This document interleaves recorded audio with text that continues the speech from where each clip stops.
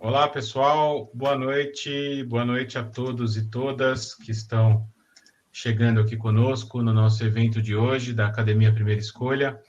Eu sou Tadeu da Ponte, fundador da Primeira Escolha. Minha área de trabalho de vida é avaliação, me especializei nisso, apesar de ser matemático, além de ser matemático, né, de formação e de vocação. Estou aqui com a Aline Matheus. Boa noite, Aline. Boa noite. Sejam todos muito bem-vindos e bem-vindas. Tadeu, obrigada. Eu sou a Aline Matheus, sou professora de matemática, então já tenho aí algo em comum com o Tadeu, né? E também atuo com avaliação educacional desde 2015, quando eu me juntei à equipe da Primeira Escolha. E, posteriormente, quando nós acabamos fundando a Academia Primeira Escolha, que oferece cursos e oficinas a respeito de temáticas na área de avaliação educacional. Obrigado, Aline. E está aqui comigo hoje também, junto com a Aline, a Cláudia Naves, diretamente de Belo Horizonte. Cláudia é uma amiga querida, está com a gente desde o começo da Academia Primeira Escolha, sempre participando, ora palpitando, ora construindo com a gente. Então, Cláudia, por favor, boa noite, se apresente aí. Boa noite, gente, tudo bem? Prazer estar aqui com vocês essa noite. Obrigado, Tadeu e Aline, por esse convite mais uma vez. Eu tenho uma grande experiência na área de gestão educacional, na área de gestão pedagógica de escolas, desde a educação infantil até a terceira série do ensino médio, e sou proprietária da Naves & Couto, que é uma empresa de consultoria na área de gestão educacional. Ótimo, Cláudia. Muito obrigado. Bom, como de costume, né, a gente preparou aqui alguns slides organizadores da nossa conversa. Eu vou compartilhar aqui o slide na tela. O tema do nosso evento de hoje é o papel da avaliação externa nas escolas, né? Então, a gente vai explorar essa ideia de complementarmos a avaliação usual, tradicional, que se faz, avaliação de sala de aula, que os professores fazem, né, com muito cuidado, e, enfim, muito conectadas com os conteúdos, o currículo, aquilo que a escola está fazendo no dia a dia, né? Complementar esse processo avaliativo com algum instrumento, algum referencial externo. A gente fala da Primeira Escolha do lugar de quem tem um programa de avaliação desse tipo, né, o qual a gente desenvolve desde 2009, então já são 12 anos com experiência em oferecer para as escolas um produto como esse, de avaliação externa, medindo o progresso dos alunos ao longo das séries. E a nossa conversa aqui é muito pautada pela experiência que a gente acumulou com esse tipo de processo, né? Então, a gente vai explorar diversos aspectos relacionados às avaliações externas, mas começando do começo, Aline, o que a gente pode dizer como ideias iniciais a respeito desse tema da avaliação externa? Muito bem, vamos lá. Começando do começo, porque, enfim, para mim o começo sempre tem a ver com as palavras, né? Porque muitas vezes a gente conversa em educação, como em outros campos também, mas nem sempre a gente atribui os mesmos significados às mesmas palavras, e nem sempre que a gente usa palavras diferentes, a gente está falando de coisas diferentes. Então, é bom a gente sempre fazer alguns esclarecimentos. Então, a gente ouve termos como avaliação externa, avaliação em larga escala, avaliação padronizada. Geralmente, esses termos são usados nos mesmos contextos, eles são usados muitas vezes, inclusive, como sinônimos. Então, acho importante a gente se perguntar, mas e aí? É tudo a mesma coisa? Né? Avaliação externa, em larga escala e padronizada? Acho que se a gente prestar bastante atenção nesses adjetivos ou nesses complementos da palavra avaliação, isso já nos dá uma pista de que não é a mesma coisa, mas talvez, eu não sei, talvez a nossa audiência nunca tenha parado para pensar detidamente nisso, como a gente acaba pensando por trabalhar com essa temática. Então, esclarecendo de uma vez, né, quando a gente atribui o adjetivo externa à palavra avaliação, a gente está fazendo uma qualificação que diz respeito ao agente avaliador, aquele que avalia. Então, No caso da avaliação externa, esse agente está fora da sala de aula, ele está fora da escola, inclusive, em geral, né? Então, muitas vezes a gente tem esse agente avaliador numa secretaria, num órgão central responsável por uma rede, outras vezes até num órgão que coordena a educação no país. Por exemplo, no nosso caso aqui, o MEC, representado pelo INEP, tem avaliações externas de âmbito nacional, também há muitas de âmbito estadual ou âmbito municipal. Também há avaliações externas que são produzidas por empresas, como o Tadeu acabou de falar, a Primeira Escolha produz avaliações, essas avaliações chamadas externas, né? Então, assim, mas o avaliador, o sujeito que produz essa avaliação, ele está fora da escola. Quando a gente fala em avaliação em larga escala, a gente não está mais falando necessariamente do agente avaliador, a gente está falando da abrangência. Eu estou falando de uma avaliação que não acontece numa única sala de aula, nem numa única escola, mas ela pode acontecer numa região, num município, num país, ela pode até ser uma avaliação de abrangência internacional, né?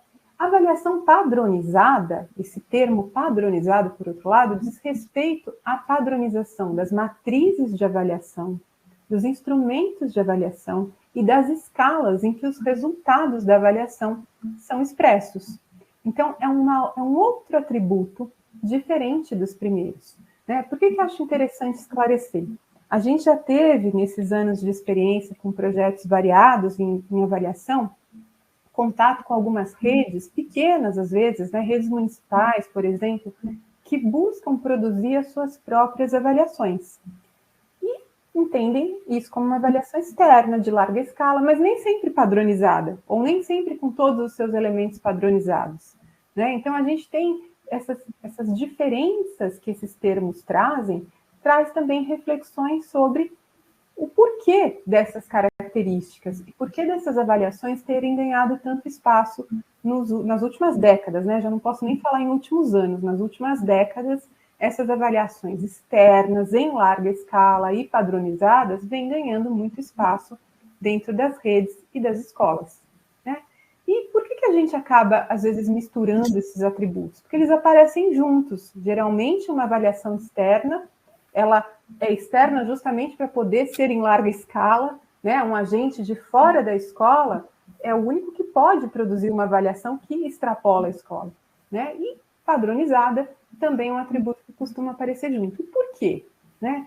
Porque a demanda por uma avaliação externa, ela se justifica em grande medida se ela puder permitir comparabilidade dos resultados com relação a uma referência mais ampla que a sala de aula e a escola. Afinal de contas, se a gente se bastasse para uma série de finalidades a avaliação que já é feita tradicionalmente na sala de aula, por que razão nós teríamos uma avaliação externa, né? Então, ela se justifica, em grande medida, quando eu busco uma comparabilidade dos resultados com relação a referências mais amplas que a sala de aula e a escola. E ainda uma comparabilidade no tempo, gerando indicadores sobre aprendizagem. Então, a própria noção de indicador tem a ver com isso, tem a ver com um número que é comparável no tempo, que eu posso acompanhar. Então, para tornar essa diferença, esse atributo mais concreto, né?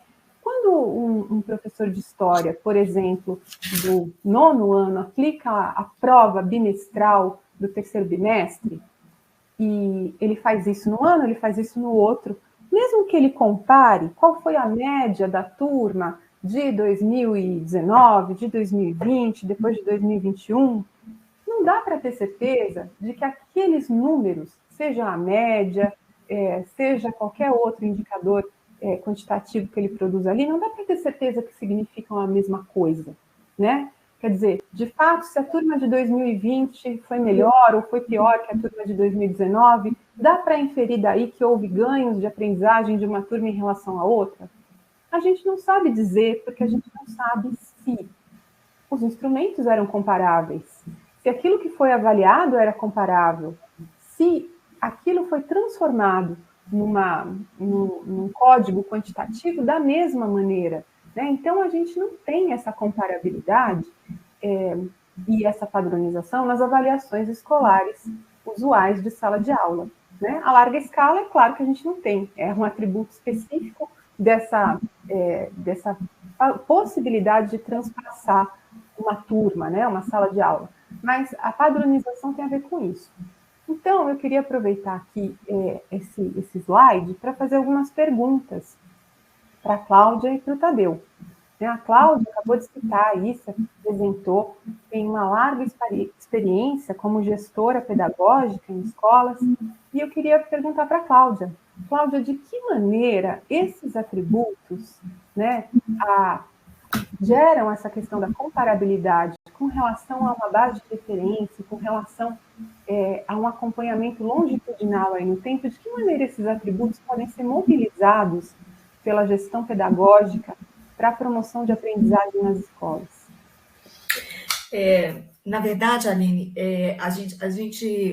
quando a gente lê esse ambiente escolar, né? Você acabou de falar muito bem disso aí, no sentido de que a escola faz avaliação todos os anos, várias vezes no ano, né? É um processo que faz parte da rotina da escola, produzir avaliação, aplicar avaliação, né?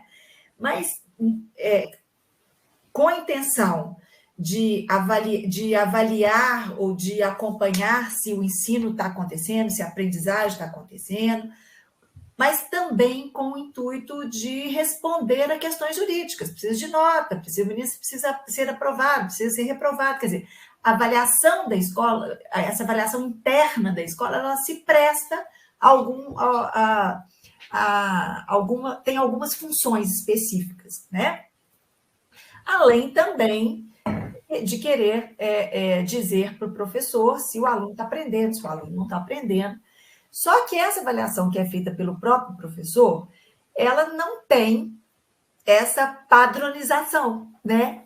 Ela, apesar dela vir de uma matriz, normalmente, que é definida pela escola e tal, mas é o próprio professor que foi lá na matriz escolher o que ele vai avaliar, que deu a aula que ele vai avaliar os alunos a partir daquilo que ele ensinou. Então, o professor pode ser mais exigente, o professor pode ser menos exigente, o professor pode ter mais qualidade enquanto professor para produzir o item, ele pode produzir um item com menos qualidade. Esses itens não são pré-testados na escola, então a gente só vê os problemas da avaliação, quem está na escola sabe disso, só depois que a gente aplica. Às vezes, depois que a gente aplica, a gente é obrigado a anular a questão, às vezes anular até uma prova inteira, porque os problemas só aparecem depois da aplicação.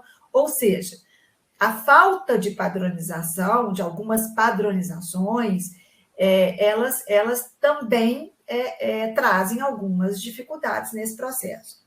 E a avaliação externa, ela vem justamente ajudar a gestão da escola, a coordenação da escola, a poder olhar com mais precisão para esses resultados, para poder fazer gestão de está havendo aprendizagem, não está havendo aprendizagem, aonde está havendo mais aprendizagem, quais são os gaps de cada série, quais são as dificuldades de cada componente curricular neste ano. Então, essa comparabilidade que a avaliação externa possibilita, ela dá muita chance para o coordenador fazer gestão de processos escolares, para qualificar principalmente o ensino e aprendizagem. Legal, Cláudia, obrigada pela sua resposta. Também queria fazer uma pergunta para o Tadeu, que é uma pergunta mais técnica. Tadeu, quando a gente fala de padronização, né, e no slide anterior eu falei aí a padronização das matrizes de avaliação. Acho que matriz de avaliação é um conceito que até que o pessoal conhece bastante, acho que muito porque se popularizou junto com a popularização de algumas avaliações externas ou em larga escala que tem um impacto grande aí na agenda educacional no nosso país. O Enem, por exemplo. Então, o professor de ensino médio geralmente conhece a matriz do Enem, então sabe que a matriz ela elenca um conjunto de descritores, que são sentenças, vamos dizer assim, que descrevem aquilo que vai ser avaliado, né? Do mesmo jeito que o currículo descreve aquilo que vai ser perseguido no processo de ensino e aprendizagem, os objetivos, né, que devem ser alcançados, a matriz de avaliação, ela descreve aquilo que vai ser avaliado.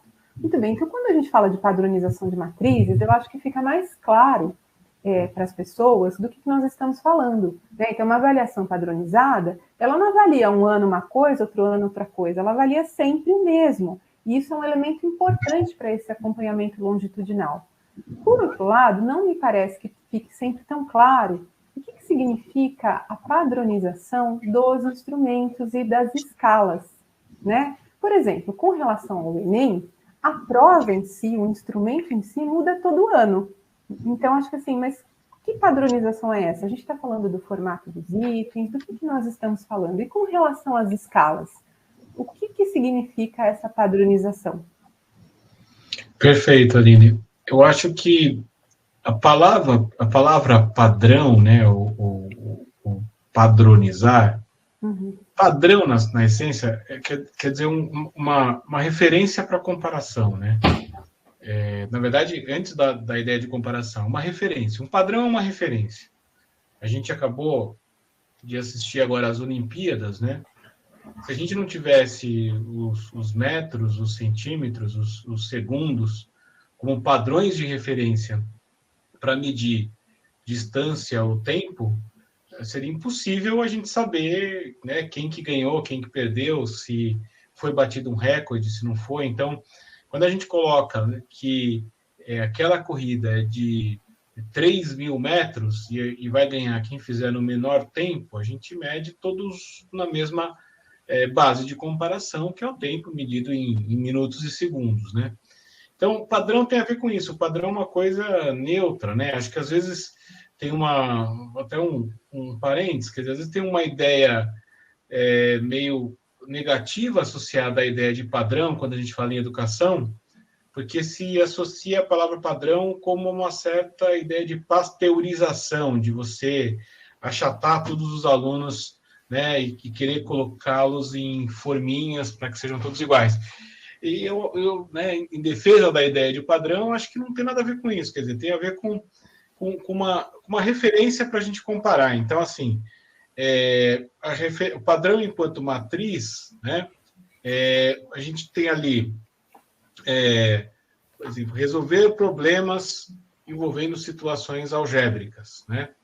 Então, se eu espero de um aluno no egresso do ensino médio que em matemática ele saiba resolver problemas envolvendo situações algébricas, o conhecimento algébrico, eu vou sempre colocar alguns problemas, algumas questões para alunos que estão saindo do ensino médio, para que eles respondam, eu consiga verificar se eles estão dominando aqueles conhecimentos algébricos, conseguindo resolver os problemas. Então, a ideia do padrão enquanto matriz, né, ela quer dizer o seguinte: nós definimos bem o que a gente quer, onde a gente quer chegar com os alunos, quais são os objetivos de aprendizagem. Na verdade, os padrões enquanto matriz de avaliação traduzem para uma linguagem própria, apropriada para a avaliação, os objetivos de aprendizagem, né, que é onde a gente quer chegar com os alunos. Na verdade, né, Tadeu, a padronização, a possibilidade de padronização da avaliação externa ou do que está por detrás da avaliação interna é que muitas vezes dá qualidade para ela.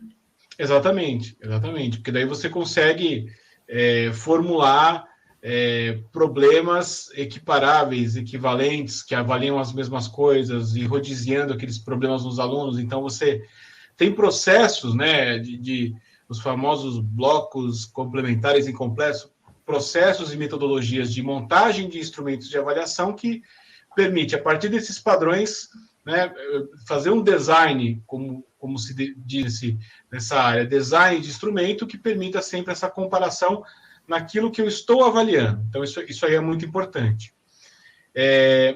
E uma segunda coisa é o padrão enquanto escala de proficiência, né? Talvez no estilo, no tipo de concepção que a gente tem hoje de aprendizagem, quer dizer que a gente já passou há um tempo da ideia de que aprender é acumular repertório de informações. Isso, né, nós já estamos muitos anos, o Google faz isso, quer dizer, quando a gente assume hoje que o aluno desenvolve habilidades, né, e, portanto, ele vai se tornando, a partir da aquisição de diferentes habilidades, né? Numa concepção de aprendizagem no cérebro do menino, enquanto uma rede de conhecimento que ele vai formando. E essa rede vai tornando esse aluno mais capaz de lidar com os diferentes problemas daquela área de conhecimento, ele vai se tornando cada vez mais capaz de mobilizar o conhecimento para resolver os problemas daquela área. Então, você assume, né, que o conhecimento não é um monte de caixinha que ou sabe ou não sabe, mas uma coisa que é gradual e cumulativa. Portanto, tudo aquilo que segue, né, uma ideia de progressão de aprendizagem pode ser modelado por uma escala. E aí a escala se torna um padrão. Então, estamos falando aqui da essência da tal da teoria de resposta ao item. Quer dizer, a gente pressupõe que é possível criar uma escala unidimensional para uma área de conhecimento, ou seja, para a matemática, eu consigo criar ali o matematicômetro que mede o quanto os alunos estão se desenvolvendo naquilo, interpretável e, muito importante, comparável ao longo do tempo. Né? Porque, em muitas situações, até algumas delas que estivemos juntos, né, Cláudio, em lados diferentes da mesa, quer dizer, você lá na escola com a equipe de coordenação, a gente trazendo o resultado, fazendo devolutiva, discutindo, aí você vai lá, a coordenação, né, fizemos trabalhos juntos, me lembro até com os professores listam aquilo que nos padrões da matriz identificam como gaps ou lacunas de aprendizagem e dizem o seguinte, olha, nós vamos pegar esses problemas de aprendizagem para nós e vamos fechar essas lacunas. E aí, quando a gente consegue, na próxima avaliação, responder essa pergunta dos professores, olha, eu fui lá em sala de aula, planejei essa intervenção a partir dos meus alunos, né, respeitando o que cada um precisava ali e tal, mas eu quero saber, está funcionando? Esse caminho funciona para eu fazer, né, o preenchimento dessas lacunas de aprendizagem? Funciona para eu garantir que meu aluno saia, né, com as aprendizagens que ele precisa aí da matriz do Enem? Então, se eu medir na primeira avaliação em polegada e na próxima em centímetro, eu não consigo dar essa resposta para o professor. Aí a gente volta na pergunta da Aline. A escala de medida, a escala de proficiência, né, que no geral, numa avaliação padronizada externa, a gente faz com a TRI, dá essa comparabilidade. Então, se um aluno tinha 600 na avaliação anterior, na escala, e ele foi para 630, ele, de fato, demonstrou, ele adquiriu mais conhecimento, ele progrediu, ele adquiriu mais habilidades naquela área de conhecimento para dar esse salto. Né? E aí é a parte, a gente vai chegar nela, né, Aline? Quem que avalia? Né? O que é avaliar? É a parte da escola julgar aquilo, quer dizer, julgar no bom sentido da palavra, né? No melhor do nosso julgamento, no melhor da nossa capacidade de atribuir significado a um resultado, a gente qualificar, quer dizer, esses 30 pontos que esse aluno avançou nesse tempo, é o que eu queria? E se a gente pensar, mesmo antes da TRI ou do uso mais próximo da TRI na educação para criar esses padrões, as escolas já procuravam padrões, né? Então, quantos alunos a gente aprovou na universidade pública? É um padrão, mas criou uma escala. E você pode comparar isso todos os anos. Você pode comparar todos os anos. Você pode criar metas para isso. Agora, com relação à aprendizagem em si, né, Exato. Falando desse exemplo que vocês estão falando, isso tem um padrão que é essa aprovação, quer dizer, é um indicador que podia ser monitorado, né, muito antes da TRI. Só que eu acho importante a gente falar aqui, Aline, que quando a gente usa esse exemplo aí, né, de ensino médio, final de ensino médio, dá a impressão que só faz avaliação externa para garantir a resultado de Enem. E não é isso. Né? Não, de forma alguma. A gente pode começar a fazer essas avaliações externas desde lá dos pequenos. Isso, né? Mas o que eu ia falar tem a ver com isso, Cláudia, no sentido assim, tudo bem, você tinha lá, mas você não sabia, ainda mais em tempos passados, se esse vestibular estava oscilando, se esse instrumento oscilava, né? Para usar a analogia que o Tadeu acabou de usar aqui, um ano mediu em centímetro e outro em polegada, ou era sempre, quer dizer, você podia tomar a taxa de aprovação como um indicador, mas em termos de aprendizagem, não. Ficou mais difícil a prova? Não, quer dizer... Não dá para saber. Não dá para saber. Então, acho que isso que o Tadeu trouxe, né? Nós da escola você teve uma evolução... Nós da escola nos pautávamos apenas nos modelos de itens. Uhum. As provas tinham assim, era a cara do FMG, era a cara da USP, era a cara de não Para sei fazer quem. simulado, essas coisas. Né? Era modelos de item, porque não tentando existia assim simular aquele estilo, né? Que não sei se a gente poderia chamar de um padrão, mas tinha um estilo, né? Isso é muito interessante que a gente está falando aqui dessa. Acho que vocês falaram, né? O Tadeu falou que às vezes a padronização é vista de um jeito negativo, como pasteurização. E aí eu queria voltar naquele exemplo que eu dei da prova do professor de história do 9º ano, se é comparável ou não, se os resultados que ele obtém, né, nesse mesmo momento de avaliação, num ano e no outro, são comparáveis. Não. Agora, isso de forma alguma significa que essa avaliação tenha menos qualidade. Porque a avaliação de sala de aula, ela deve iluminar aspectos do processo de ensino e aprendizagem muito importantes, que têm a ver com essa individuação, vamos dizer assim, né? E com atenção àquele momento. Então, assim, não é um problema que a avaliação de sala de aula, a avaliação dos professores não seja padronizada. A avaliação dita externa, em larga escala e padronizada, ela vem complementar isso. Então, nesse sentido, se talvez a gente só tivesse padronização, a padronização talvez se tornasse uma pasteurização. Mas quando a gente pensa na riqueza da complementaridade desses tipos de olhares e desses atributos, é que eu acho que a gente tem a ganhar, né, nessa complementariedade. Quer ver uma outra aplicação, né, da ideia de uma avaliação padronizada, de você ter uma escala padronizada? Avaliação de progresso, né, quando você quer medir o progresso dos alunos ao longo das séries, usa um tipo de escala que, além de ser uma escala padronizada, é o que a gente chama de escala vertical. Por que é uma escala vertical? Porque a mesma escala serve para medir as proficiências dos alunos, pelo menos ao longo de um segmento, né? Então, por exemplo, você mede na mesma escala a proficiência dos alunos do 3º, 4º, 5º, 6º ano do ensino fundamental, né? A gente tem um programa na primeira escolha que faz isso. Por que é importante isso nesse momento agora de um entendimento mais compartilhado de que a educação presencial é indispensável, né? Que a educação é essencial, todo mundo concorda, mas que o ensino presencial, um esforço para a retomada, o serviço essencial e os alunos dentro da escola, esse movimento que a gente está vendo agora, por que é importante essa noção de uma escala não só padronizada, mas também vertical? Porque os alunos, evidentemente, perderam conhecimentos, aprendizagens que eles deveriam ter tido nesse 1 ano e meio aí de afastamento das aulas presenciais, todo mundo sabe, não há dúvidas. Mas também a gente está começando a trabalhar em torno da hipótese de que aumentou muito a heterogeneidade dessas proficiências, porque o acesso não foi homogêneo, mesmo na escola privada, nem todos os alunos tiveram o mesmo dispositivo, a mesma conexão, o mesmo engajamento, o mesmo apoio familiar, a mesma conexão por meio da tela com os professores ou não. Então, se eu consigo medir na mesma escala, né, as proficiências dos alunos, o desenvolvimento deles nas áreas de conhecimento, língua portuguesa, matemática e tal, como eu dei o exemplo no ensino fundamental, e eu percebo que um aluno que está na série, no ano escolar, 4º ano, mas que tem aprendizagens que na escala remetem ao 3º, eu preciso voltar um pouco mais com esse aluno, né? Não tem problema nenhum, os alunos são diferentes, se engajaram diferente, não é julgando, né, o fato do aluno estar com a aprendizagem no 3º, mas eu preciso saber o que eu faço com esse.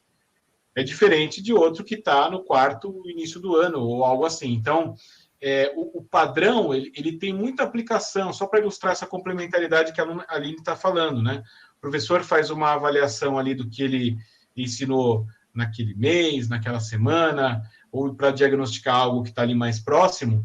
Não necessariamente ele consegue, por meio dessa avaliação, ter essa visão, esse ferramental mais ampliado, né, num horizonte temporal de entendimento das proficiências desse aluno. Então, a avaliação externa, no nosso olhar, né, a primeira escolha que fazemos isso enquanto um produto, é de uma ferramenta, né, no bom sentido, algo com que o professor possa trabalhar e, de forma alguma, para julgar, a gente não avalia nada, na verdade, quem avalia, né, é o professor, é a escola.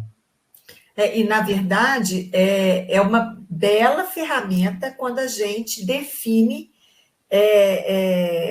um planejamento, né, do que a gente vai fazer ou como a gente vai lidar com o resultado dessa avaliação que a gente recebe.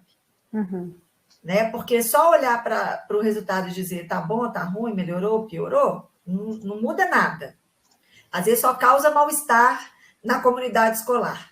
E o que você vai fazer com isso, né? O problema é assim, é o que se faz com isso depois. Esse eu acho que é o grande diferencial dessa história toda, né?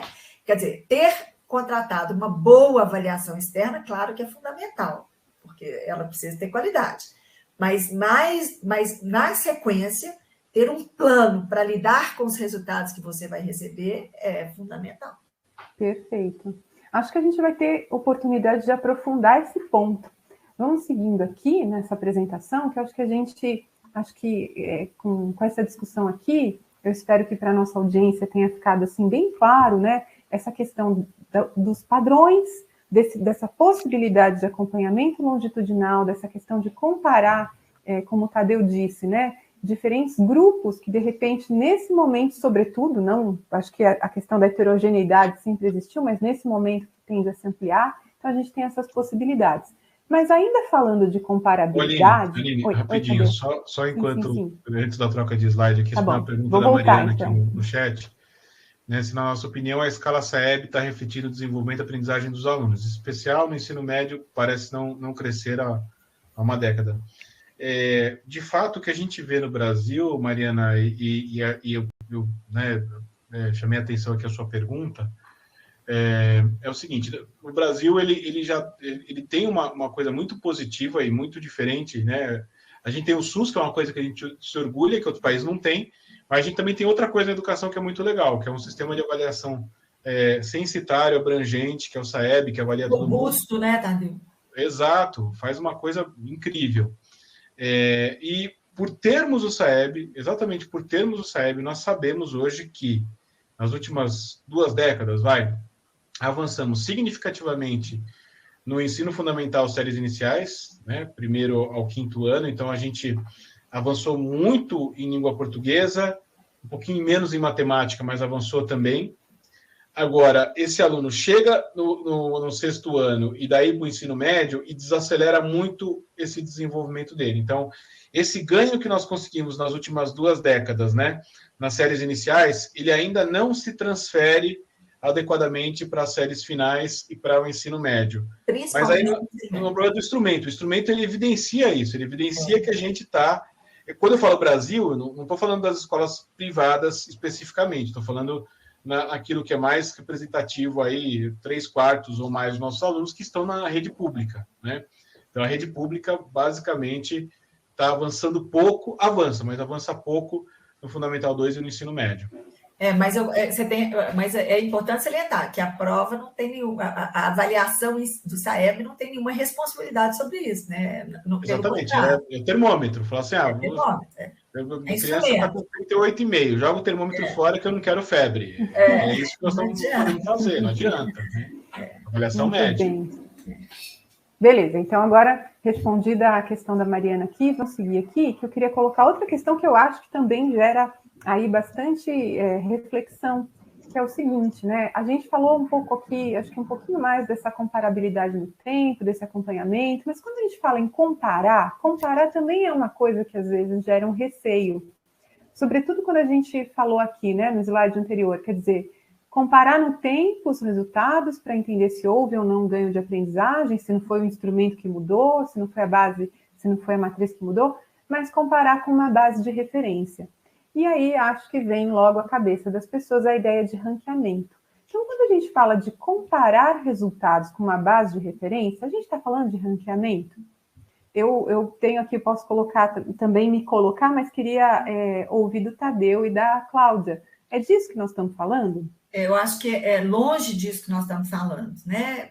Na verdade, esse processo de avaliação externa, uma das coisas que eu acho que que em algum momento, né, traz um alívio para professores, para a comunidade interna, é porque justamente existe uma possibilidade de comparabilidade, mas não se faz ranqueamento com isso. Você não sabe, por exemplo, quais são as outras escolas que estão fazendo a mesma avaliação externa com você. Você pode até saber assim, olha, além da sua escola, mais 8 mil alunos estão fazendo, mais 5 mil alunos estão fazendo, mas você não, distribuídos em tantos estados, mas você não sabe exatamente qual escola que está fazendo o mesmo processo que você. Então, o ranqueamento passa longe disso, pelo menos a intenção do ranqueamento passa longe disso, né? Uhum. E o processo permite comparações do aluno com ele mesmo, por exemplo, se você faz uma avaliação com a mesma empresa, né? Então, você está garantindo esse padrão aí, que nós acabamos de falar. O aluno consegue ver a evolução dele nos últimos 5 anos, você consegue dar para o professor a evolução das turmas dele nos últimos 5 anos, em cada uma das habilidades que estão sendo avaliadas, né? Então, tudo isso ajuda nós, da gestão da escola, a analisar resultados e a pensar em estratégias para melhorar. Então, o foco é na qualificação do processo de ensino-aprendizagem, e não nessa questão das comparabilidades para ranqueamento, para avaliação do professor, né? Mas para avaliação no sentido de ajudá-lo a pensar em como qualificar os processos de ensino-aprendizagem. Tadeu? Então, eu acho que a ideia de ranking, né, o ranking de escolas, ranqueamento, assim como a ideia de pasteurização, é outra ideia negativa que pode vir associada de vez em quando com a ideia de avaliação externa, né? Porque isso já acontece, né? Na medida que o Enem libera lá os microdados, saem os microdados hoje, alguém pega esses microdados e ranqueia, né? Alguém que tem interesse ranqueia, né, gente? E aí, assim, para esse tipo de coisa, o ranking é uma coisa muito ruim do segundo lugar para baixo. O ranking só é bom para o primeiro, e aí vocês podem ver, inclusive, quem que costuma pegar esses microdados e fazer o ranking, né? Quem tem alguma certeza que vai estar lá entre os primeiros lugares. Por que o ranking é ruim do segundo lugar para baixo? Porque a gente deu o exemplo das Olimpíadas agora há pouco, né? Diferente de uma equipe olímpica e um esporte coletivo, pega o vôlei, tá todo mundo lá sabendo que é isso, treinando para isso, que o objetivo é ganhar e tal. Uma escola é o fruto do trabalho e da interação de muitas pessoas, né? Que estão ali com o objetivo de fazer o seu melhor. Ninguém acorda de manhã cedo e vai para uma escola e fala, não, hoje eu vou fazer o aluno desaprender. Hoje eu vou tratar mal o aluno. Isso não acontece. Assim, eu conheço dezenas de escolas, talvez mais de uma centena, e não vejo isso, né?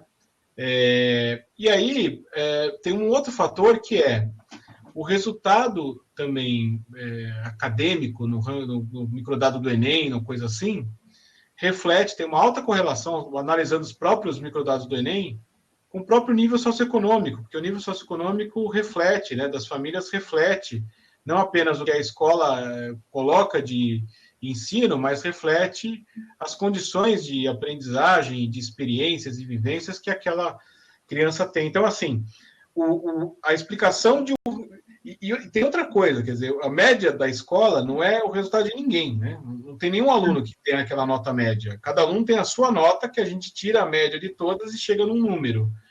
E para dizer que isso é representante, né? Por que eu digo que o ranking é ruim do segundo lugar para baixo? Porque a escola que está em segundo lugar, os pais vão falar, por que nós estamos em primeiro? Eu tenho uma história, eu gosto de contar essa história, eu tenho uma história sobre isso. A primeira vez que saiu o ranking das escolas no Enem, a escola que eu era gestora educacional, ela saiu, o jornal daqui, o Estado de Minas, aqui em Belo Horizonte, fez um ranking das 10 primeiras. Nós saímos em 10º. A sorte que nós éramos 10, porque nós somos os 10 primeiros, a gente nem teria saído no jornal. E a cobrança foi essa. Ninguém falava que nós éramos a 10ª de mais de não sei quantas mil escolas, mas nós éramos a 10ª. A última da lista. Nós éramos a última do ranking. Nós éramos a última do ranking. Nós éramos a 10ª, nós éramos a última do ranking. E quer saber? O ranking... uma pressão muito grande. Foi até o ano onde a gente conheceu a primeira escola. Pois é, isso eu me lembro. A primeira escola. E o ranking, quer saber, ele não é bom nem para o primeiro lugar, porque se você está em primeiro lugar, a manutenção não pode cair, hein? Vem o pai e fala, você não pode cair, hein? Vai sair de novo. E a manutenção disso? Não quero saber do segundo lugar. Ainda mais hoje em dia, que a grande maioria dos casais tem um único filho. Quem que quer seu filho não sendo o primeiro do ranking? É que eu falo que meu filho não está estudando na melhor escola. Né? Exatamente. Então, o ranking diz que tem tanta coisa envolvida, como eu disse, né? Na equipe do vôlei olímpico lá, tá todo mundo, nós vamos treinar, nós vamos para ganhar, nós queremos ganhar do outro time, e a Olimpíada é para isso, é para todo mundo, né, chegar ali no primeiro colocado na medalha de ouro, chegar no pódio. Escola não é para isso, nós não fazemos escola para chegar no pódio. É escola para os meninos aprenderem. Na verdade, se tivesse que fazer um ranking, esse ranking deveria ser no Delta. Teria que ter uma avaliação de como os alunos entram, uma avaliação de como os alunos saem, e aí a gente ranqueia por quem agregou maior valor para os alunos, porque você faz uma seleção de alunos, pega um monte de diamante já, né, bem quase pronto, é só uma polidinha, fala como os diamantes são bonitos. Mas já eram diamantes. Né? Não que os outros não sejam diamantes, mas se você seleciona aluno, é uma forma, né, rápida de subir no ranking. Então, eu acho que a ideia de ranking é uma ideia muito ruim. E eu acho que ela é uma resposta ruim por ser pouco trabalhada. Porque, assim, a pergunta eu tirei 539,28 em matemática na avaliação aí, primeira escolha, que usa a coisa do Enem no 9º ano. Tá bom ou tá ruim? A escola quer saber disso.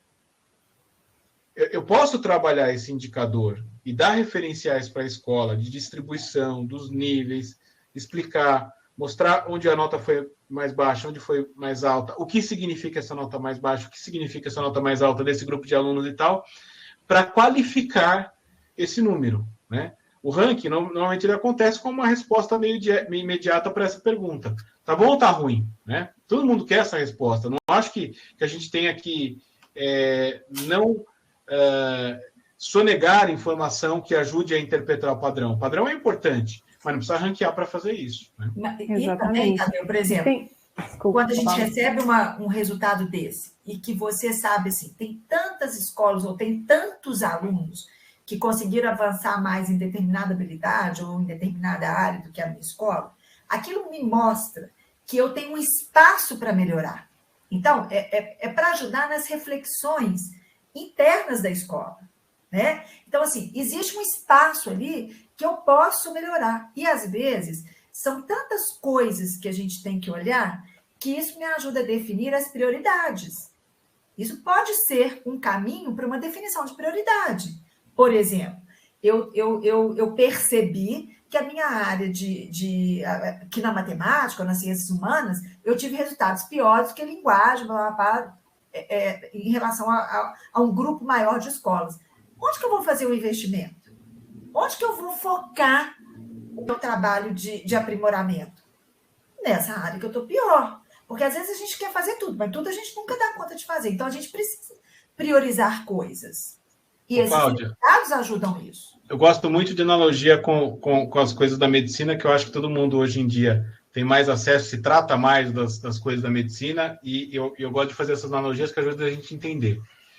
Primeiro sobre o ranking, né? Ninguém vai no médico, faz o check-up anual, faz exame primeiro.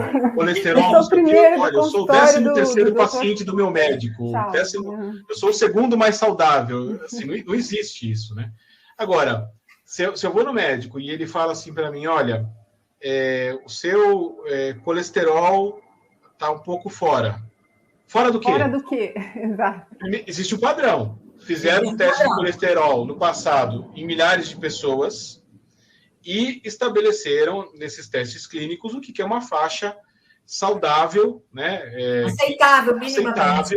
E que não vai gerar problemas cardiovasculares, não sei o que, no futuro. Existe lá um limite, o que é legal de colesterol. E aí o médico fala, olha, para você melhorar no colesterol, então você maneira a alimentação, faz exercício, toma esse medicamento e tal. E para cada coisa que pode aparecer no exame desse, existe, como você falou, uma orientação diferente. Acho que na educação o método é similar, quer dizer, não interessa se o aluno é o 12º melhor aluno, primeiro, segundo, ranking, o que menos importa. Agora, onde é que não aprendeu? O que não aprendeu? Exatamente. E o que aprendeu? O que está legal? E que a gente pode potencializar? As duas coisas são importantes, né? Olha, gente, acho que em conexão com isso que vocês estão falando, eu vou tomar a liberdade aqui de passar rapidamente por esse slide, que eu acho que apenas sistematiza algo que a gente já falou sobre a comparabilidade no tempo, e vou direto para cá, porque eu acho que aqui na tela a gente está vendo algumas possibilidades que uma avaliação externa, de larga escala e padronizada tem de consolidação de resultados, que complementa a avaliação de sala de aula, justamente porque a avaliação de sala de aula nem sempre tem condições de fazer isso. Então, vocês estão vendo aí na tela, né? Resultados por habilidade. A Cláudia citou algumas vezes aqui na fala dela, né? Aline, só uma interrupção rápida.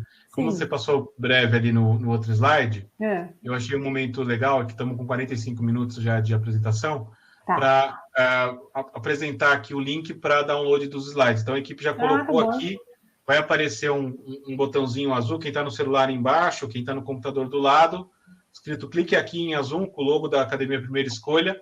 Clicando ali, você preenche um formezinho com o seu nome, só para a gente saber quem está baixando o nosso material, e você pode baixar esses slides. Aí você pode voltar, ver com mais calma, fique à vontade, né? Aqui o conteúdo a gente sempre compartilha.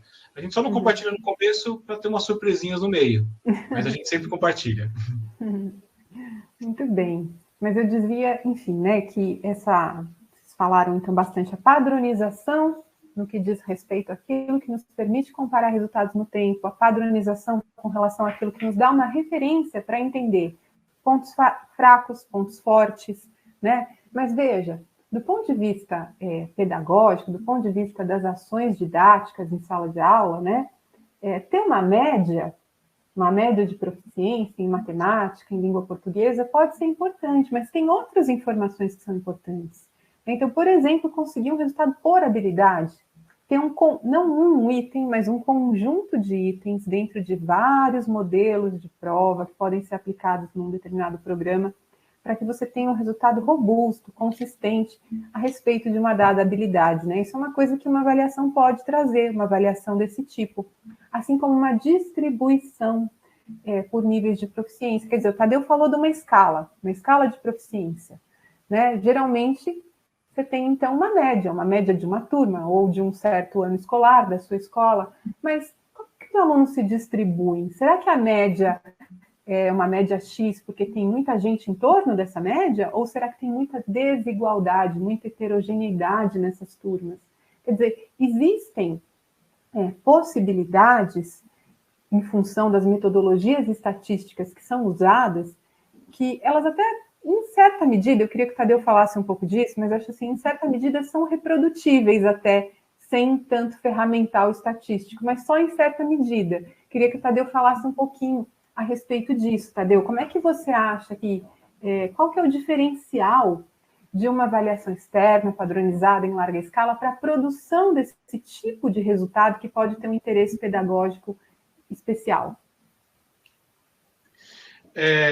Deixa eu fazer só um comentário antes de responder a sua pergunta, Aline. Sim. Maria colocou aqui uma questão que a avaliação vai além dos resultados na escola, as escolas são diferentes, os professores e os alunos são diferentes, não dá para comparar com outras se os padrões de cada escola são diferentes. Estou vendo aqui a observação da Maria. Maria, eu acho, assim, sobre isso, né, não que eu acho, mas a experiência da gente com isso é que a escala de avaliação, o instrumento, a matriz, os padrões, é importante que estejam ali, sejam os mesmos, sejam compartilhados e comparáveis, até para que você tenha referência.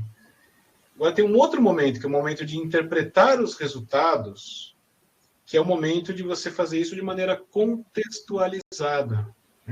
Até no ano passado, em 2020, no ano do afastamento das aulas presenciais, né, nós migramos o instrumento de avaliação que nós tínhamos feito no papel, como tudo na escola antes, para o online, e a gente adicionou um conjunto de perguntas que não tinha no instrumento antes, a gente chamou de questionários contextuais, para ajudar as escolas a entenderem o resultado nesse novo contexto. Então, assim, centímetro é sempre centímetro, né?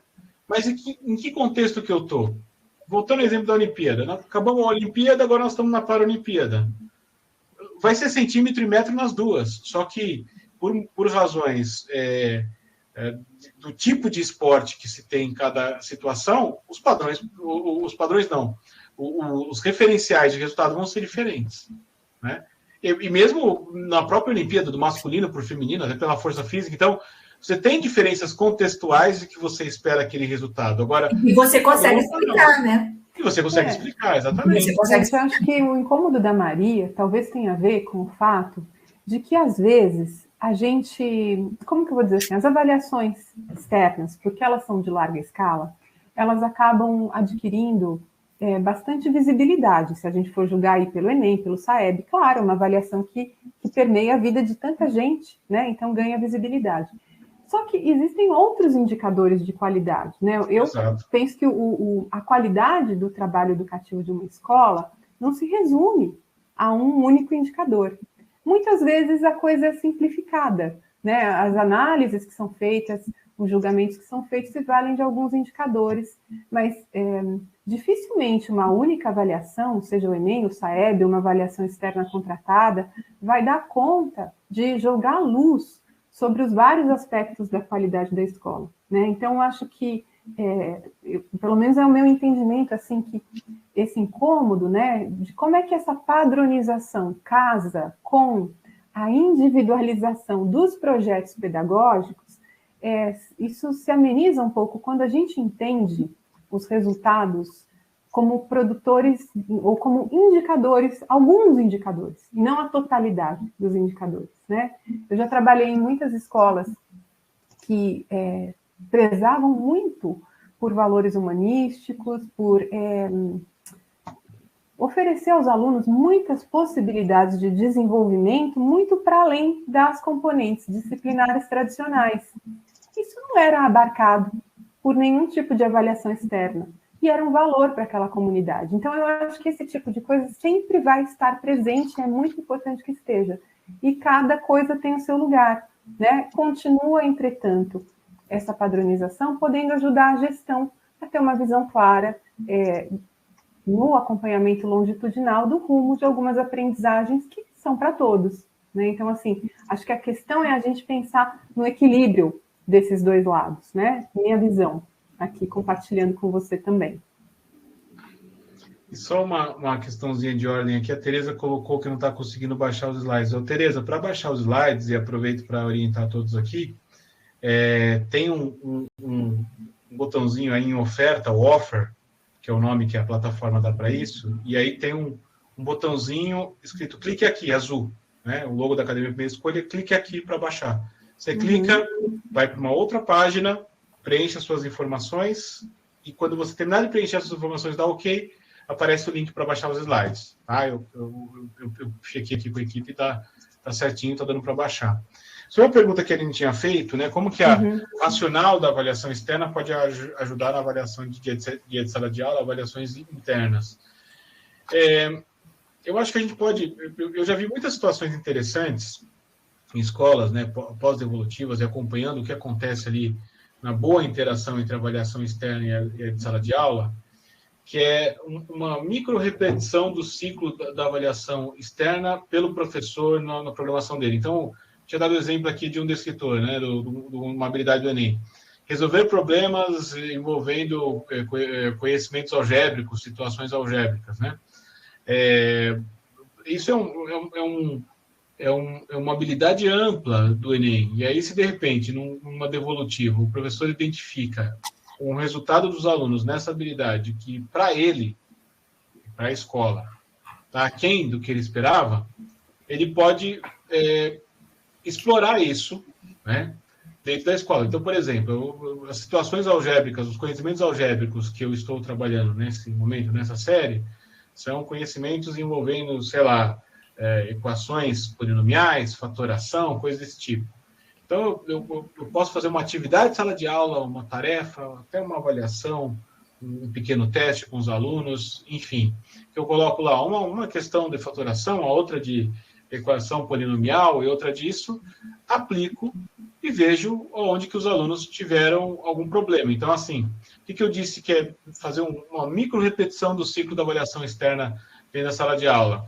Porque eu comecei por algum tipo de padrão, o que eu queria avaliar, né?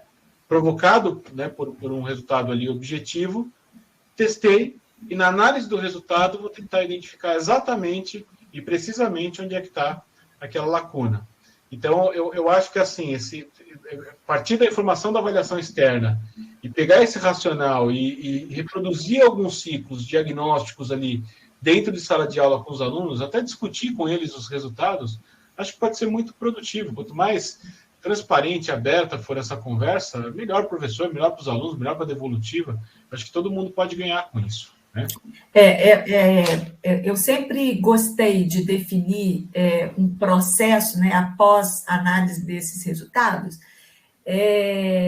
Cada professor recebe esse resultado e esse professor vai escolher 2 habilidades que a gente chama de habilidades gaps, de habilidades que podem, onde a gente percebe que tem um espaço para melhorar o trabalho, para que os alunos se desenvolvam mais nessas habilidades.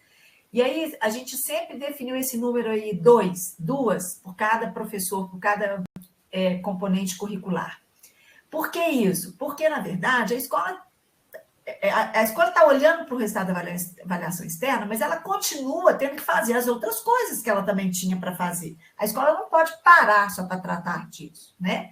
Então, você rodar isso que o Tadeu está dizendo, mas você definir um processo do tipo assim, cada professor vai escolher 2, cada professor vai fazer um replanejamento, assim, como retomar, né, essas habilidades com os alunos, depois aplicar de algum tipo de testagem para ver se houve uma melhoria desse processo, quer dizer, definir isso é que eu chamo de fazer gestão desses resultados da avaliação externa, né? Então, se a cada vez que você aplica uma avaliação externa dessa, cada professor trabalha com 2, a hora que você multiplicar pelo número de professores que você tem na escola, o número de professores que você tem em cada ano escolar, quer dizer, você tem lá no final um percentual de melhora no seu trabalho muito grande, muito significativo. E, às vezes, a gente abre mão de fazer, não faz nada, porque tem tanta coisa para fazer e acaba não fazendo nada. Então, eu preferi você fazer menos. Vai fazer muito bem feito, com o processo todo acompanhado e registrado, do que não fazer nada. E aí, isso, ano a ano, se você faz isso, você soma, no final, uma melhoria muito grande dos processos da escola. Eu não tenho dúvida disso. Muito legal. Gente, eu vou seguir um pouquinho aqui. Queria avisar o pessoal também que o nosso webinário está previsto para acabar às 8h15, tá bom? Que é o tempo que a gente estabeleceu para esses encontros aqui, para esses eventos, tá bom? Muito bem. Tem mais uma confusão que aparece com frequência quando a gente fala de avaliação externa. Eu lembro até na primeira escolha, algumas vezes, tive a oportunidade de receber professores de escolas parceiras para fazer formação, que a gente sempre oferecia cursos, né, na nossa sede, presencialmente, antes da pandemia, e muitas vezes as pessoas chegavam se referindo à avaliação da primeira escolha como simulado, mas não era um simulado, né? Então, assim, existe uma certa confusão entre avaliação externa e simulado. Me parece que muito proveniente justamente do fato de que a gente tem uma tradição de simulado de vestibular e que o Enem, ao configurar inicialmente, né, aparecer inicialmente na agenda educacional como uma avaliação padronizada para diagnosticar a qualidade do ensino médio, né, foi virando um vestibular e aí, então, aquela prova, às vezes contratada para que os alunos se familiarizassem com o Enem, virou sinônimo de avaliação externa, né? Mas um simulado e uma avaliação externa não são a mesma coisa. Não é, Cláudia, Tadeu? Querem comentar? Com certeza. O simulado, como o próprio nome diz, né, ele simula uma situação. Então, muitas vezes, ele está muito mais a favor ou contribuindo, né, para que o aluno treine o tempo, o aluno treine como é que ele lida com aquele caderno, com aquele tanto de questões, como que ele lida com os modelos de questões, né? Ele pode até, dependendo do tipo de resultado que se consegue fazer desses simulados, gerar algum tipo de resultado que ajude o próprio aluno a entender, às vezes, aonde que ele precisa investir mais no estudo dele, né? Porque é um resultado dele individual, ele pode olhar assim e falar assim, nossa, fui muito mal em linguagens, então eu preciso estudar mais linguagem, talvez, porque é matemática, pode até ajudá-lo nisso, mas serve muito mais como um treino, né? Diferente da avaliação externa, que eu acho que está muito mais a favor de uma gestão. Mas a gestão não é só da escola, é uma gestão do professor, uma gestão da coordenação da escola, da direção da escola, do próprio aluno, porque eu acho que a gente precisa ajudar os alunos a aprenderem a eles serem os maiores interessados nesse resultado dessa avaliação externa dele, a ele definir algumas metas para ele mesmo, ele entender esses indicadores e trabalhar com o resultado dele de alguma maneira. Esse é um ponto bem interessante, né, Cláudia? Porque também, para que isso aconteça, é preciso que essa avaliação, ela preveja esses usos, sim, né? Porque você fornece, por exemplo, uma planilha para a escola, mas esses resultados não estão desdobrados para cada público, fica difícil, né, que cada público possa aproveitar. E aí, falando nisso, eu vou até seguir um pouquinho adiante aqui, acho que você já respondeu bem a essa nossa questão aí sobre a diferença entre um simulado e uma avaliação externa, e queria perguntar, né, aqui para vocês, assim, quando a gente fala, ele tem justamente a ver com o que você está falando, né? Quem que são os usuários da avaliação externa? Quem é o usuário? Quem é que vai usar? Quando você fala de desdobrar, quem é que vai usar esses resultados? Quando a gente fala de uma avaliação externa que acontece para toda uma rede ou todo um sistema educacional, tem um usuário que é o próprio agente avaliador, às vezes, né? Então, por exemplo, o órgão central de uma rede municipal de ensino produz uma avaliação externa. Então, ele é o produtor da avaliação e ele é o usuário, muitas vezes, porque ele vai usar os dados recolhidos para fazer a gestão da rede, né? Mas acontece que quando a gente está falando de uma escola, que eu acho que é o caso da maior parte da nossa audiência que está representando escolas, não necessariamente redes, é muito importante a gente ter em conta isso, que ao contratar uma avaliação externa, na verdade, essa avaliação é externa em certa medida. Por quê? Porque a gente entende o processo avaliativo da seguinte maneira aqui na primeira escolha. É um processo composto de diversas etapas. E isso independe, tá? De ser avaliação externa, avaliação interna, avaliação mais formal, mais informal. Todo o processo avaliativo, ele contém uma etapa de coletar dados, uma etapa em que você organiza e codifica esses dados, depois você interpreta para tomar decisões, porque se você não for fazer nada com os dados, esse processo não precisava ter se iniciado. E o tipo de decisão que esse processo vai poder apoiar vai depender, logicamente, de como é que você coletou esses dados, que dado você coletou, né? Então, pensar, inclusive, de trás para frente nesse processo, começando aí por saber qual tipo de decisão você gostaria de tomar, que tipo de ação você gostaria de fazer com base nos resultados da avaliação, é uma coisa muito importante.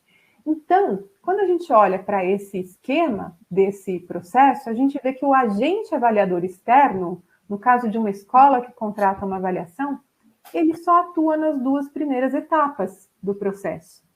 Mas quem atua nas demais etapas e, portanto, precisa internalizar essa avaliação externa são os próprios profissionais da escola, né? Porque a interpretação de resultados é o coração da avaliação, até no sentido etimológico, que é de atribuição de valor, né? Quem interpreta o resultado, quem vai dizer se o 625,5 é bom ou ruim, não é o agente avaliador externo nesse tipo de situação que a gente está discutindo aqui.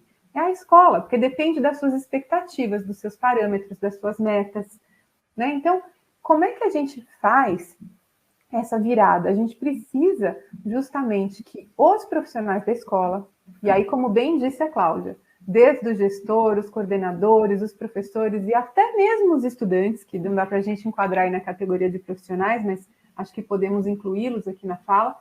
Mas são também agentes interessados aí nesse processo, né? Exatamente, agentes interessadíssimos, né?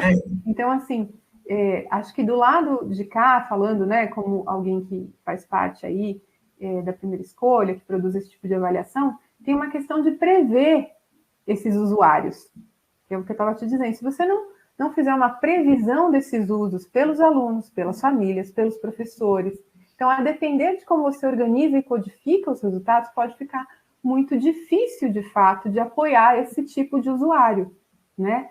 Por outro lado, a mera entrega dos resultados, ainda que desdobrados, projetados para esses vários usuários, também não basta, não é, Cláudia? Então, queria que um pouco você contasse para a gente qual que é o trabalho da gestão pedagógica para justamente fazer com que esses resultados cheguem nesses atores escolares todos, né? Para que eles se apropriem, para que eles usem de fato a avaliação como uma aliada. Eu considero, Aline, que uma das coisas mais importantes para mim nesse processo é ganhar a confiança do grupo de professores da escola com relação ao que a escola vai fazer com esses resultados. Qual que é a intenção da escola com esses resultados?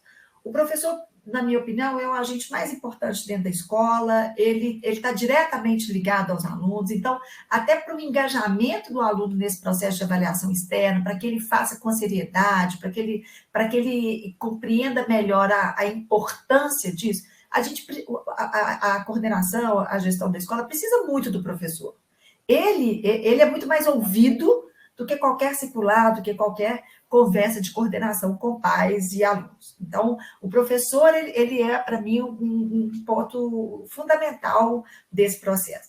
Para que o professor confie nesse processo, ele precisa conhecer antecipadamente, na minha opinião, por exemplo, a matriz de referência que essa prova vai a partir do que essa prova vai ser produzida, para ele se sentir minimamente confortável diante dessa matriz, para ele entender que o que vai ser cobrado em termos de habilidade lá não é diferente do que está na matriz da escola, né? Ele entender que todos os estudantes envolvidos, o da nossa escola, o da escola do lado, da outra escola, não importa quantos, estão vivendo a mesma situação, no mesmo tempo, na mesma época, na mesma idade, quer dizer, esses resultados vão ser feitos a partir de um público muito homogêneo nesse sentido, de idade, de faixa etária escolar. Então, quer dizer, o professor precisa se sentir confortável e precisa ter muita confiança na gestão da escola, de que o resultado, o que vai se fazer com o resultado é com a intenção de qualificar processos, e não de se fazer definições de caças bruxas, para falar aqui. Exatamente, eu estava tentando português achar claro, né? Quer dizer, nós vamos fazer isso para poder fazer avaliação de desempenho e para fazer definições de quadro de professores ao final do ano, né? Então, é para qualificar. Então, quando a gente define, né, esse processo de que o professor vai receber um resultado e ali vai estar colocado para ele quais habilidades, qual o percentual de acerto, quais habilidades que os alunos pelos quais ele é responsável foram melhores ou foram piores, ou onde tem mais margem de trabalho que ele pode melhorar esse resultado, ele vai fazer a escolha de 2 habilidades para ele melhorar esse resultado, né? Ele vai fazer o planejamento de como que ele pode fazer para melhorar esse resultado a partir do que ele já fez. Ele já teve uma experiência com os meninos em relação àquela habilidade que, de alguma maneira, não deu certo. Por isso, o resultado não está tão bom. Então, ele vai ter uma oportunidade de pensar aquelas mesmas habilidades de uma outra forma. Como trabalhar essas mesmas habilidades de uma outra forma? Porque o jeito que eu já fiz já não deu certo. Então, eu preciso mudar essa forma de intervir nessas habilidades, de intervir nessas habilidades com os alunos. Então, eu penso que a pessoa mais importante desse processo chama professor, e o entendimento do professor de qual é o plano todo da escola. Como é que a escola começa com isso? Como é que a escola contrata essa empresa? Como é que a escola olha para a avaliação que essa empresa tem? Como é que a escola tem um plano para tratar essas habilidades gaps, né? E mais do que isso, qual que é o plano da escola, até para investimento naquelas áreas ou naqueles professores que têm também os maiores gaps, né? A escola muitas vezes não dá conta de fazer tudo. Então, lá eu tenho 4 áreas. Se eu vejo que a linguagem é uma área mais preocupante diante desses resultados, qual vai ser o meu plano, enquanto diretor da escola, enquanto gestor da escola, de investimento nessa área? O que eu posso fazer para melhorar isso? Então, é essa sequência, né, de planejamento, né, que a gente precisa fazer.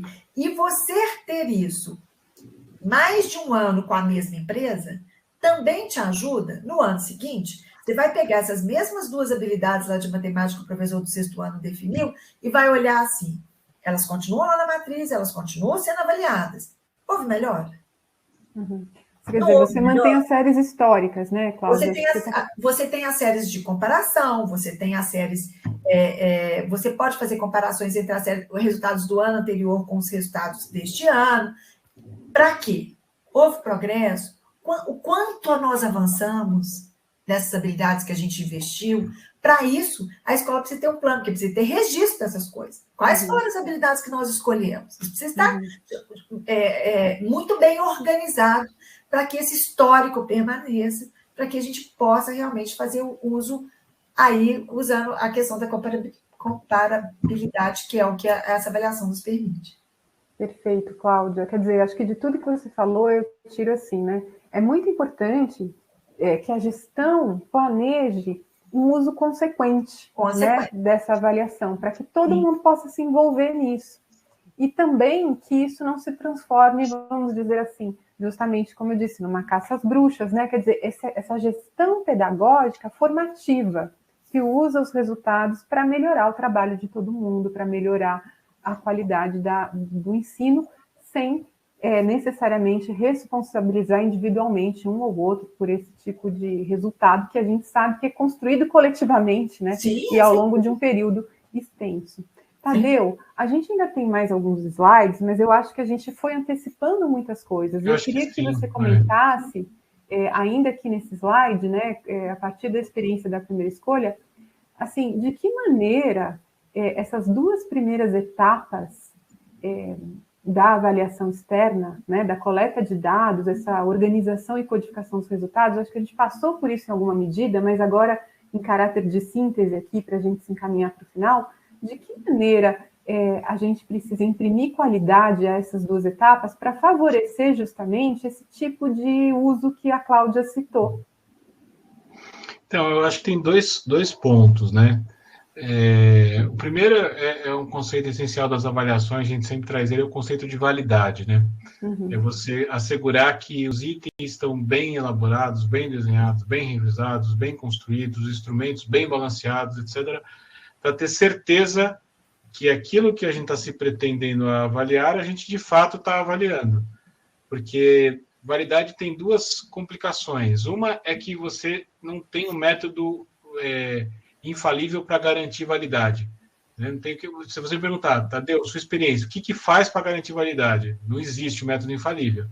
Agora, existe um monte de pontinhos que você pode perder validade, né?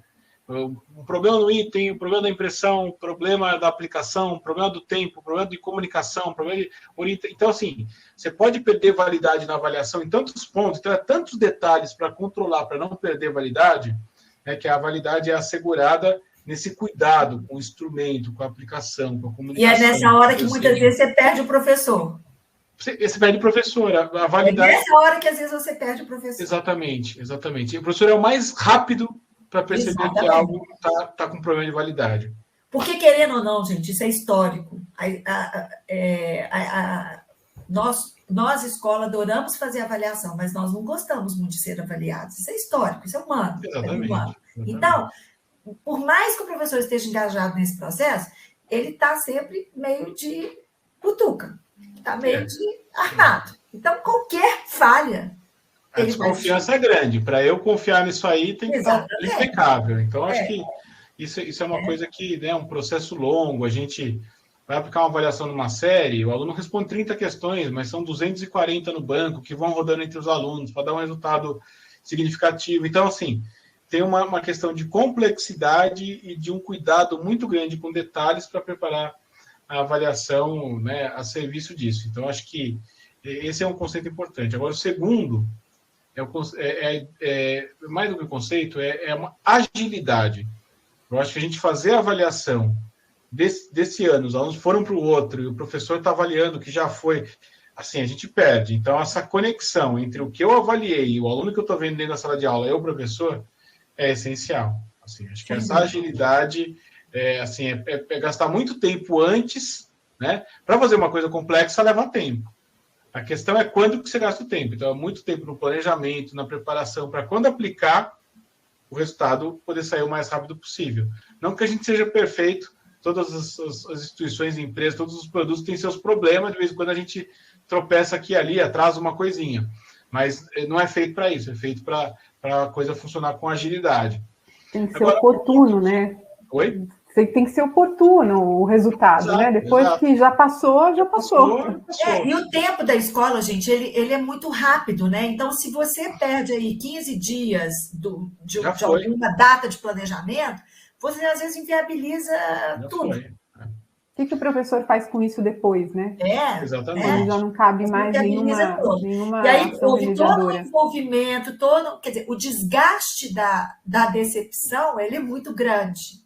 Então, reconquistar isso é muito complicado. Então, a gente precisa estar muito afinadinho, né, com a empresa e com os nossos planejamentos, com os cronogramas de planejamento, para que essa coisa rode assim, muito redondinha, para que essas bobaginhas não afetem a confiança do público no processo de avaliação externa. Aline, eu acho que, como você disse, as ideias, né, que estão nos 2 próximos slides já foram discutidas. Acho que a gente pode encerrar por aqui, porque a gente já deu aqui o nosso tempo de 1h15. O conteúdo está no material, para todo mundo fazer o download, está aí no offer. A gente foi se empolgando aqui na discussão e já foi antecipando coisas, foi trazendo, né? Eu estou sentada com vocês lá na primeira escolha conversando. Exatamente. E para fechar, eu queria fazer o sorteio aqui, eu vou compartilhar minha tela e fazer o sorteio. Então, o pessoal me passou aqui quais são as instituições que estão com as pessoas presentes aqui. Deixa eu compartilhar a tela. Deixa eu ver, acho que é essa. Tem gente perguntando sobre os slides. Os slides estão no Offers. Tem um botãozinho chamado Offers. Viu, Fábio? Quando você clica lá, tem um botãozinho. Clique aqui. Está aparecendo a minha tela aí, pessoal? Estão enxergando? Eu estou. Tadeu, eu estou. Embaralhador. Embaralhador. É um site de sorteio aqui. Então, a gente colocou aqui todas as escolas de quem está aqui presente. A ideia é que uma escola vai ser sorteada e a nossa equipe vai entrar em contato para realizar uma avaliação diagnóstica, né, como um piloto da primeira escolha. Então, estou passando aqui todas as escolas que a gente conseguiu mapear pelo e-mail de cadastro que está aqui conosco. Então, eu vou clicar aqui e esse site faz um sorteio aqui de uma escola selecionada. Igual amigo oculto, gente. Igual amigo oculto. Então, o selecionado foi o Colégio Arcon. O Colégio Arcon foi sorteado aqui e a equipe, se tiver aqui presente, já pode se manifestar no site.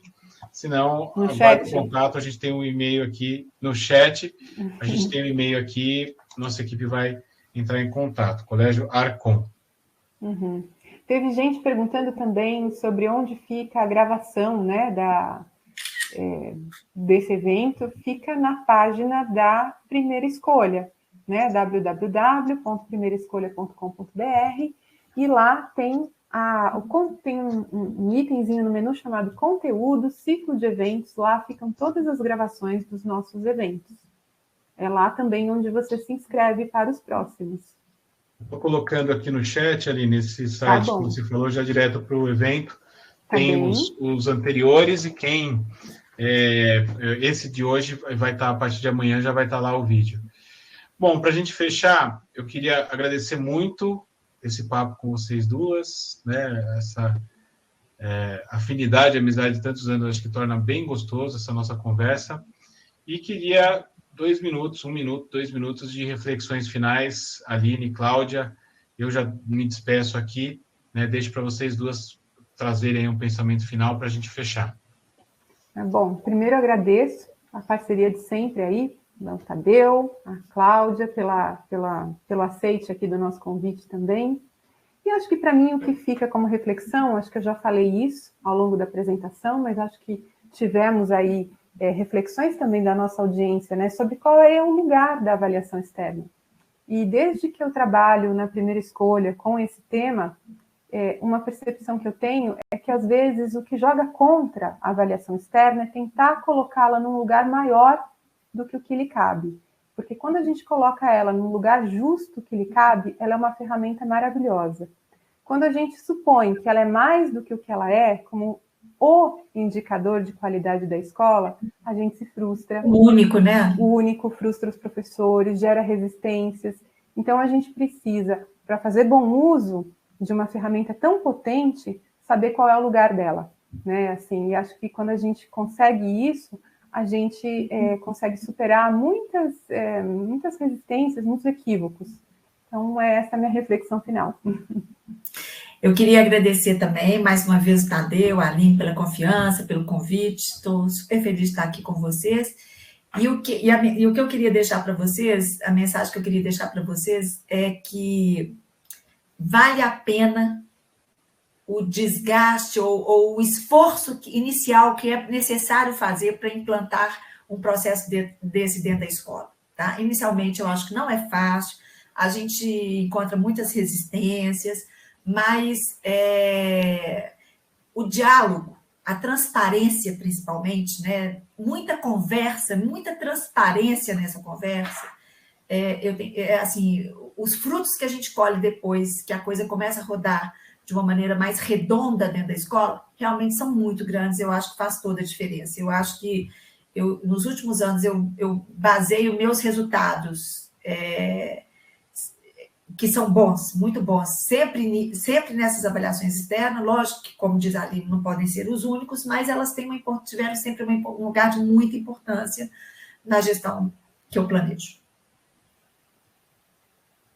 Ótimo, Cláudia, Aline, novamente, muito obrigado Obrigada à nossa audiência, né? Exatamente, em especial agradecer a nossa audiência, o pessoal que ficou conosco até esse finalzinho. Boa noite, bom descanso a todos. Tchau, tchau. Obrigada, gente. Tchau, gente. Obrigada. Obrigada.